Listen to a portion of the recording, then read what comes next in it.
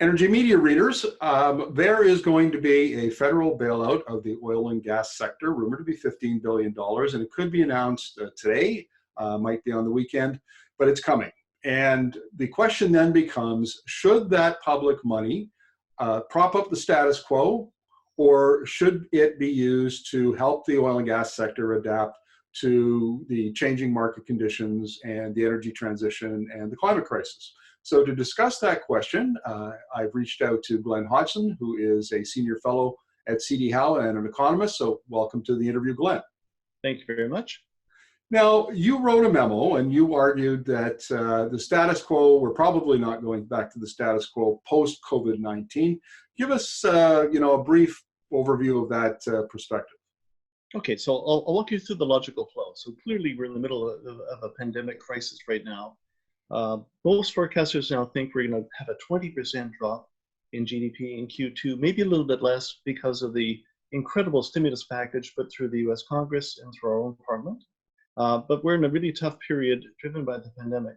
And I wrote the memo in part because in addition to that, Alberta, Newfoundland, Labrador, and Saskatchewan to a lesser degree are all feeling the impact of a collapse in oil prices. And we know why that's happened. It started with the pandemic in China, which dropped demand very quickly. OPEC then tried to respond, the Russians pushed back, and now we're having a fight between the Saudis and Russians for who has influence in global oil markets. But it's clobbering cash flow in the oil and gas sector and their whole value chain. So it's a huge impact in Alberta and Saskatchewan and Newfoundland and Labrador, but also on Bay Street for anybody who's a supplier into the industry, and it goes on and on.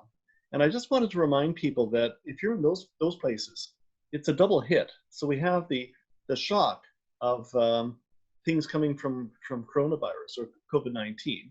And clearly your governments are trying to step up right now and deal with basically building a bridge towards a future, maybe 6 to 9 months down the road. I mean, I see COVID-19 as a really deep V, and then coming back in say six months.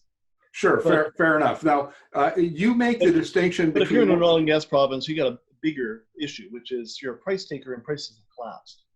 And what do you do about it? Gotcha. And so you make the distinction between the things that need to be done in the short term and making sure that the industry doesn't collapse, and which then would, all sorts of horrific economic consequences. And then the things that we need to do medium term and short term. So maybe you could explain that.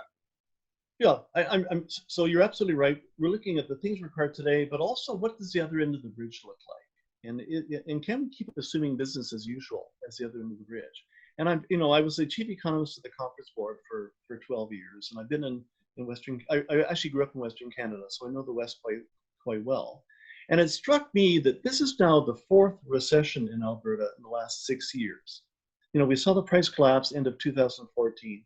2-year recession, contraction 3.5% both years. Most analysts think that Alberta was in recession last year because of the production curtailment. There was a bit of relief under the Kenney government, but that was another shock. And now we have this. So I think more and more, we have to think really seriously about what the future looks like. And I don't think we can assume automatically that business as usual is a scenario. And that means, for example, in a provincial budget, you can't assume oil prices will start at 58 for WTI and grow to 65 over 3 to 5 years. That may not be on. I think even more importantly, because of how the world is adapting to climate change, renewables are becoming much more competitive very quickly. The IEA just forecast that global oil demand will probably plateau in about 2025. So on both the price side, there's reasons to question how we're going to form prices going forward. And more fundamentally on the volume or the demand side, what's the future going to look like? That's what I mean. And therefore, we have to open our minds up to examining really all the options, not just assuming there's kind of a simple return the way things used to be, because it hasn't been that way now for 5 years. There's a point I want to make here, and I think it's really salient. So I've been reporting on energy for about 7, 8, 9 years.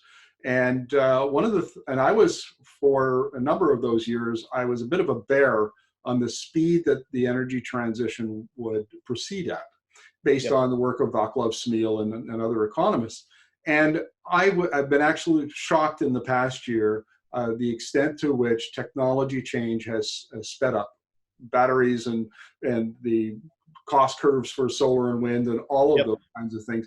And it wasn't 2 years ago that Wood Mackenzie was forecasting peak oil demand in 2036, and here today we're talking 2025.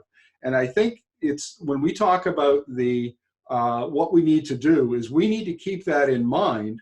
Is that the pace of change seems to be accelerating faster than we had anticipated, and we need to factor that into our decisions. Would you agree?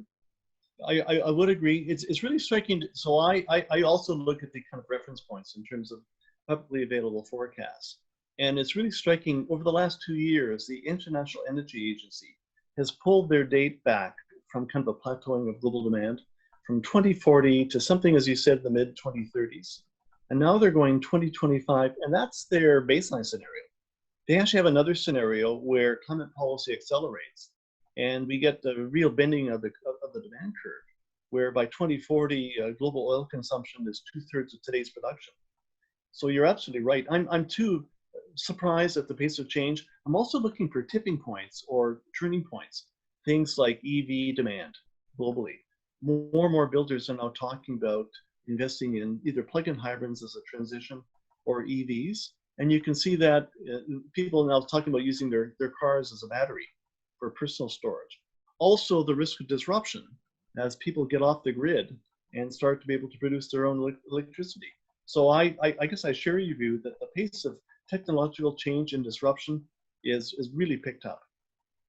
Now, final question, Glenn, and the issue I'm grappling with in a column today, which is what should the federal government ask of the oil and gas sector in Canada, particularly the seniors, the Suncors and the CNRLs who have resources, and should they use the whatever money they make available for financial support to extract promises of further emissions reductions, in investments in green energy, investments in other forms of diversification? What's your take on that? Well, so I was once inside the federal beast. I was at Finance Canada for 10 years early in my career. And in the middle of the crisis, it's a hard time to get all the details right. And that's but I think it's kind of a 2 or 3 step conversation is the way you start. So in the near term, you have to do things to really get in the pain that's being felt in the oil patch. So you worry about workforce adjustment. You do things to actually shore up demand in Alberta, ensure that there's enough demand to keep the economy going.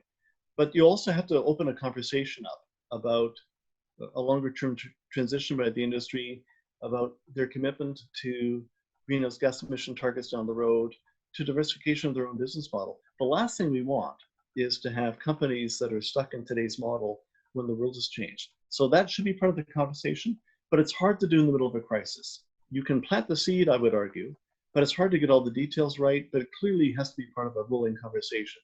Same thing, frankly, with Alberta. I like the fact that the Fed stepped up and committed funds to the orphan wells to actually have reclamation, because there's obviously greenhouse gas leakage there. It's a way to kind of redeploy the workforce in Alberta right now, but that's just a down payment. You then need a deeper conversation about better alignment on what the energy strategy is and the environmental strategy between the feds and provinces. This may well be the moment when we realize we can't have competing strategies. And there is an inherent logic to completing Trans Mountain at the same time. We want to get world prices. There's going to be demand for oil for a long time to come, but it may not be as strong. We want to be the strongest possible players in that market going forward, recognizing that the demand curve may well be bending faster than anybody believes. Thank you very much for this, Glenn. It's very insightful, particularly your experience when you were with Finance Canada.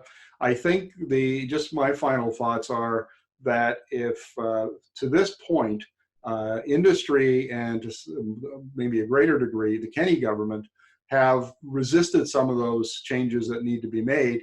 And when there's major disruption, particularly when government money is involved, that's a very good time to have the difficult conversations that have needed to be had for a couple of years at least. So thank you very much for this. Look forward to, we will, I know, reach out to you again as the pandemic and the price war and all of this